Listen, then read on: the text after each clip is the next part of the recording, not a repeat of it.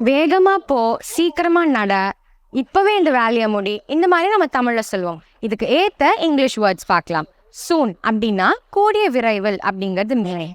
இது நம்ம எங்க யூஸ் பண்ணலாம்னு பார்த்தீங்கன்னா, கொஞ்சம் டைம் ஆகும் ஆனா ரொம்ப லேட் ஆகாது அப்படின்னு சொல்ற இடத்துல யூஸ் பண்ணலாம். எக்ஸாம்பிள், ஐ கம் ஹோம் சூன். அப்போ 5 minutes கூட ஆகலாம், இன்னும் 1 hour ஆகலாம். அண்ட் இன்னொரு example, this movie will hit the cinemas soon. அப்படிங்கிறப்போ 1 month ஆகலாம், இல்லை 15 daysலேயே கூட அந்த படம் ரிலீஸ் ஆகிடும். இந்த டைம் ஃப்ரேம்க்கு நம்ம சூன் அப்படிங்கிறது யூஸ் பண்ணலாம். Next, fast. ஃபாஸ்டோட எக்ஸாக்ட் தமிழ் டிரான்ஸ்லேஷன் பார்த்தீங்கன்னா வேகமாக அப்படிங்கிறது மீனிங்.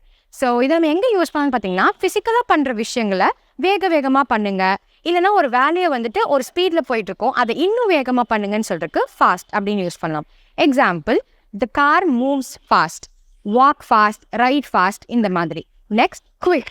விரைவாக அப்படிங்கிறது மீனிங். ஸோ ரொம்ப டைம் எடுத்துக்காம டக்குன்னு முடிக்கிற வேலையை நம்ம குவிக் அப்படின்னு சொல்லுவோம். பெஸ்ட் எக்ஸாம்பிள் பார்த்தீங்கன்னா, thanks for your quick response.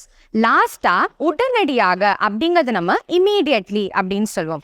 So இதை நம்ம எங்கெல்லாம் யூஸ் பண்ணலான்னு பார்த்தீங்கன்னா, ஒரு வேலை இந்த நிமிஷமே நடக்கணும், இந்த நிமிஷமே கம்ப்ளீட் ஆகணும் அப்படிங்கிற இடத்துல நம்ம இமீடியட்லி அப்படின்னு யூஸ் பண்ணலாம். For example, like this video immediately, follow Anglophone pages immediately.